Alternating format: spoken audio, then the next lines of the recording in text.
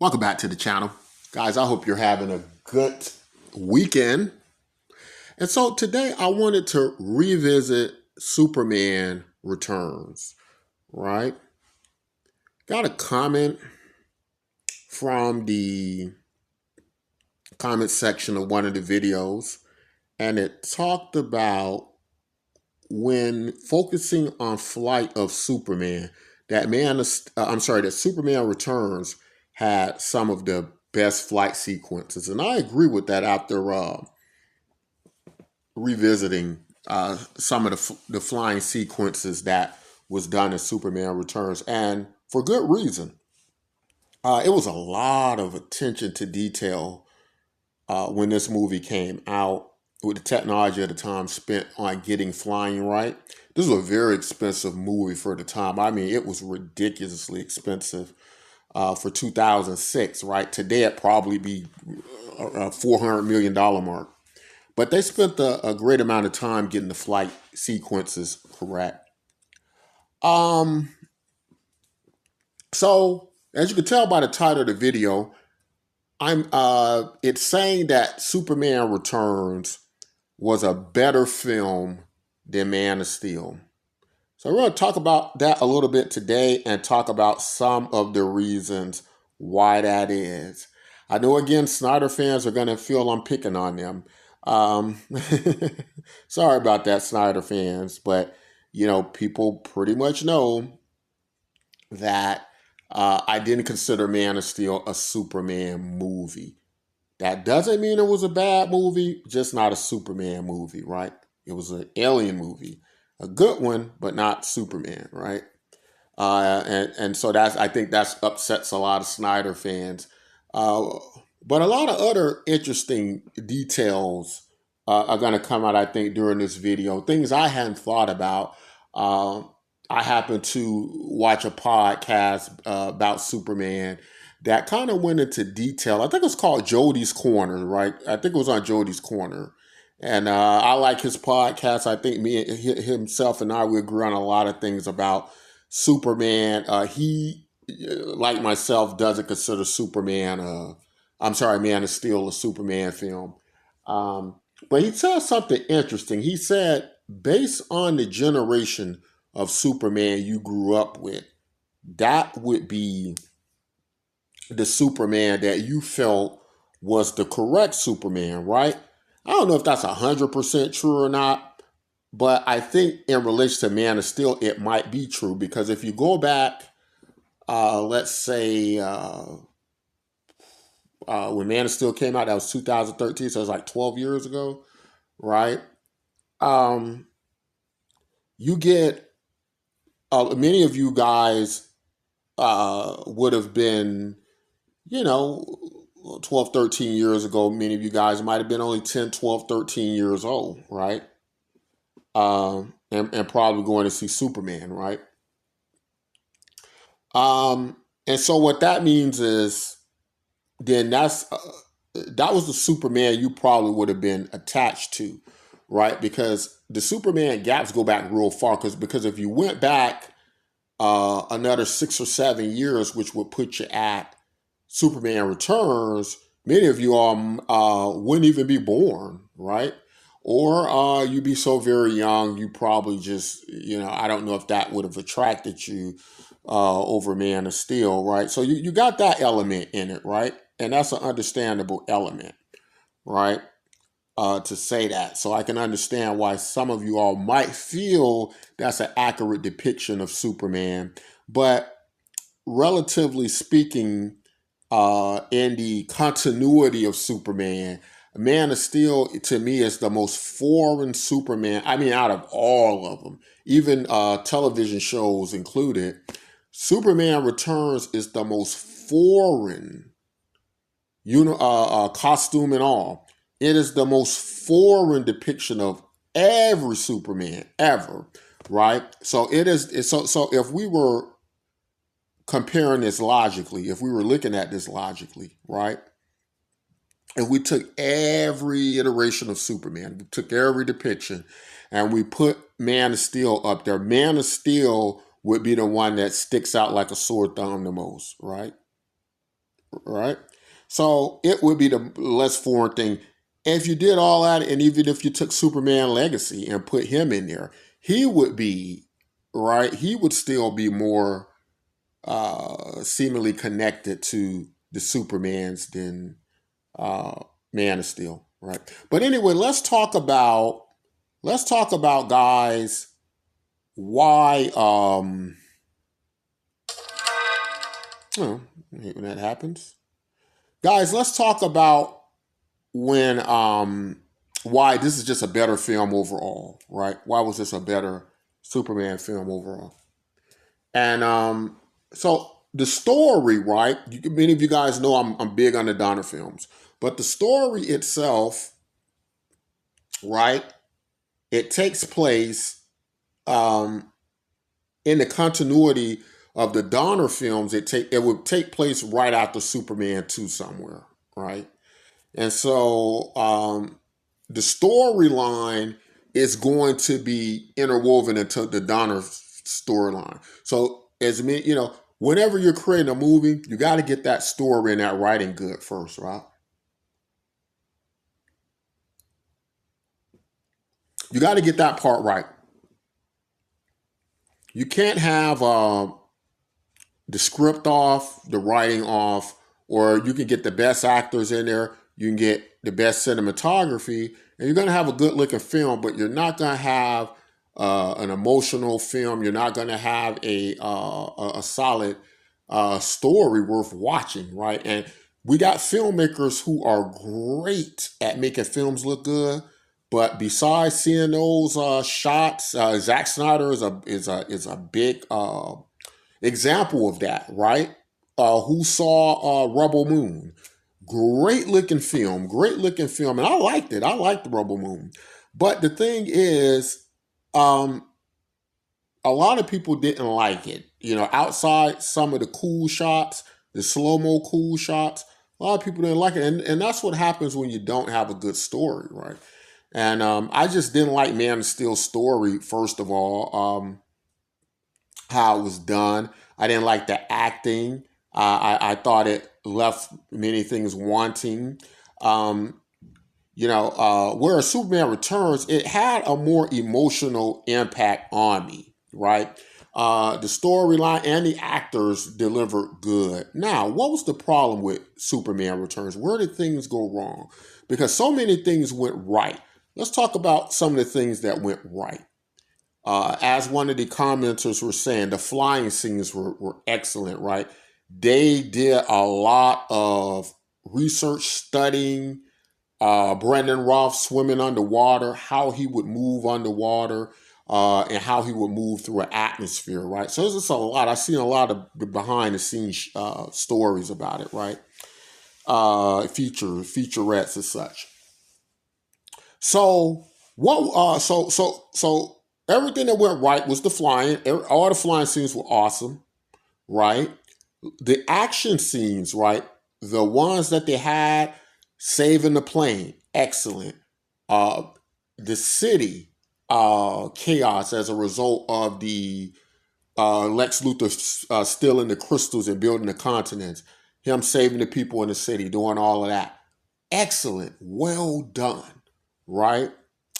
Um, the stopping the bandits, right? The bank robbers, right? And the bullet falling off his eyeball, right? Awesome. The only problem with this movie was there's a few problems, right? This is what they probably should have did. They probably should have shortened the movie, right? They shortened the movie.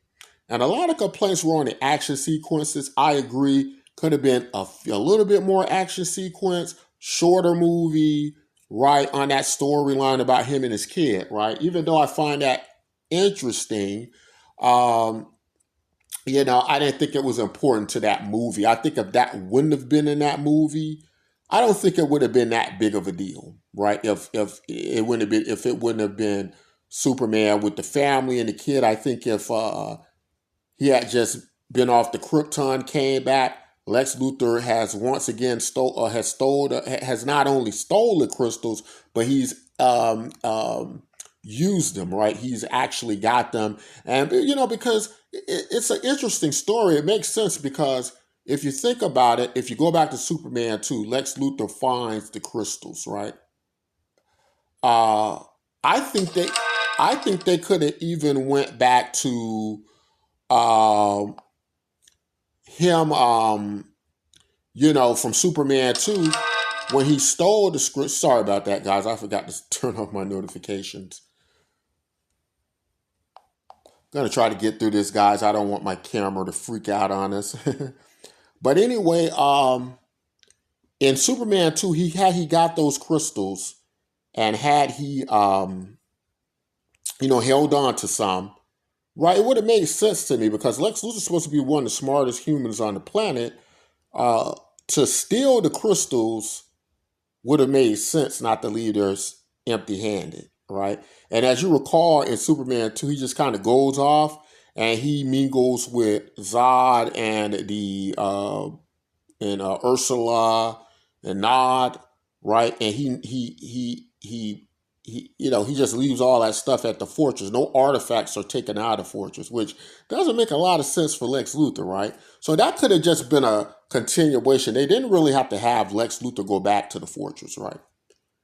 Uh, Also, what was excellent, what was only I think featured in the director's cut, that was when Superman went back to Krypton. They spent $10 million just on a few minutes of that opening shot. That was a lot of money back in 2006. Super expensive, right? Then they cut it from the film, which I think was dumb. From the theatrical release, I think that was dumb. I think it would make so much more sense to have that in that film. They'd have done better off cutting off some of the emotional stuff because that's what a lot of people didn't like, that emotional stuff. See, what Bryan Singer was doing, the director of Superman Returns, he was pulling uh, basically a Force Awakens, right? Where uh, those uh, sequels to New Hope and all that, where if you look at those three movies, they kind of repeat episodes 4, 5, and 6, right? Whereas you have, you know what I mean? So Superman Returns kind of tried to do a similar thing. It was trying to kind of repeat the Christopher Reeves, the Donner films, right? Where you're going to first have this emotional movie where you're attached to Superman and his family. And then he was saying that the next movie, it was going to be very action packed, where this Superman was going to be fighting maybe like Brainiac or somebody like that, which I think would have been excellent, right? They didn't give this movie enough enough chance, right? It deserved more. Uh, but this movie, if you cut out some of the unnecessary parts, there was nothing wrong with the choices done in the movie. Unlike Man of Steel, I thought Man of Steel, it was such an ugly movie. The costume design was ugly. Superman, the costume design, very much Kryptonian like. Everything looks great. It doesn't look crazy and weird looking with the bugs and the Prometheus body armor, with the weird, that's another thing. Man of Steel had copied a lot of films of the time. It had copied Prometheus, with the organic body armor, and I can only imagine the studios and the investors were on Zack Snyder to make it, uh, attractive to a lot of people. Remember, this was at the Dragon Ball Z age, right? Where people want to see destruction, and that's what they got in Man of Steel, right? But they want to see that at the time Superman Returns came out. They didn't understand Bryan Singer was setting it up to be like the Donner films. Fast forward, whereas everybody was saying they hate Superman Returns, you fast forward, and what do you get? They get what they asked for. They get Man of Steel, which is Dragon Ball Z, right? But then what happens, right? The studios, they scrap that whole Man of Steel Superman era because it's not able to bring them the money and the value that the Donner films did, right? That the early Superman franchise did, right? So they're going, okay, that doesn't work. And so now we get the gun verse, right? We get what's going on with James Gunn. Um, so when you put it all together, right? This is why Superman Returns was a even so. I know that's going to piss off a lot of Snyderverse people. Even Superman Returns was better than Man of Steel, right? But it had a lot of problems onto itself. I don't disagree with that. At times, I found myself watching the clock with Superman Returns. There were scenes in that movie that didn't have to be there. Also, I like Kate Bosworth who played Lois Lane, but she just wasn't the best Lois Lane. She was like a Amy Adams. She was like the Man of Steel Lois Lane. My idea of who's going to be a good Lois Lane is the one that's in this movie, right? The one that's in this movie, the one like Margot Kidder was. I think this version, in this new one, from some of the work I've seen her in, she's going to get closer to that good depiction of Lois Lane, right? More comic book accurate. I think she's going to be a lot more spunky. See, that's what they miss. That's what Amy Adams in Man of Steel trying to be this grounded Lois Lane. That's what they miss with her. And that's what they miss with Kate Bosworth because, and it's not the actress's fault, but Kate Bosworth, I'm sure they were under pressure to kind of create a more grounded Superman, which was fine, right? That was fine, right? How they did it, but she wasn't spunky, right? She wasn't spunky. She wasn't. It was just she didn't have that je ne sais quoi, right? That Margot Kidder had. Again, sorry about that, guys. I don't want to go in here because my camera might die whilst I'm doing that and I can't end the video. But I'm going to end it now. I'm going to leave off with the lawsuit that's been looming that some of the Snyderverse fans are thinking is going to stop the movie from being put out in July because they would like that to happen. Not all Snyderverse fans. I know some people like both, okay? So I'm not talking about you guys, right? But I'm going to wrap it up now because my notifications are going crazy, guys, and I don't want to kill my camera while I'm trying to go in there and disable them. But that lawsuit that's going on with Warner Brothers, right? Superman Returns. You need to understand the Schusters and Siegels who've created Superman. It's only right that they try to be compensated for their hard work. We're very thankful for the work they've done in creating something great like Superman. I hope they get all the money deserved to them, right? But what you have to understand about that is that this is something that they've done every movie, right? They did it with Man of Steel. They did it with Superman Returns, right? The estate suing Warner Brothers, right?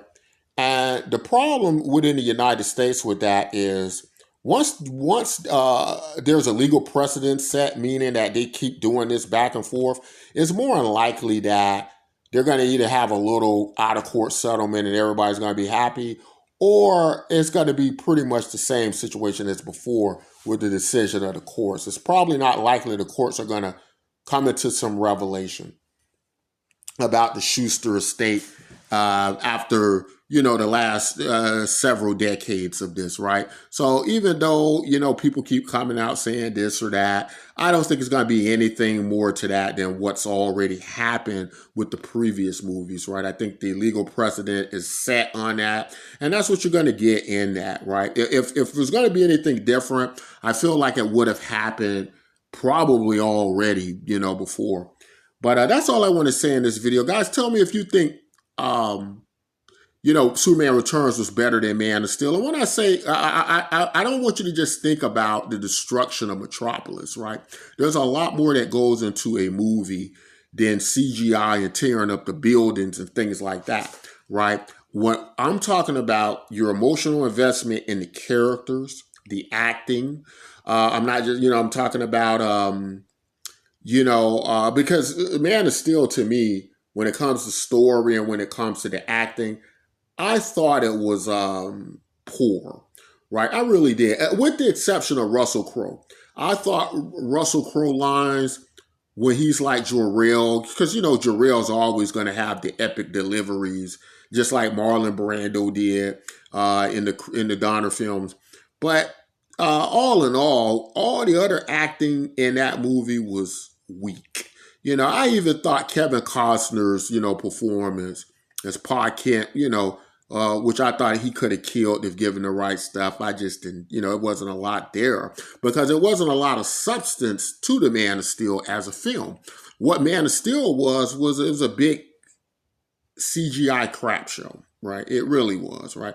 And then the CGI looked terrible, right? At least the one thing that Zack Snyder does shine in making movie films look good, and it did look good to a certain degree, but with the design choices, it just wasn't working. Not as a Superman film. If it had been anything else, it would have been excellent, but not as a Superman film, right? And that seems to be what James Gunn's going to get right. That's all I want to say in this video. Guys, if you like content like this, make sure you hit that subscribe button. Guys, don't be lazy.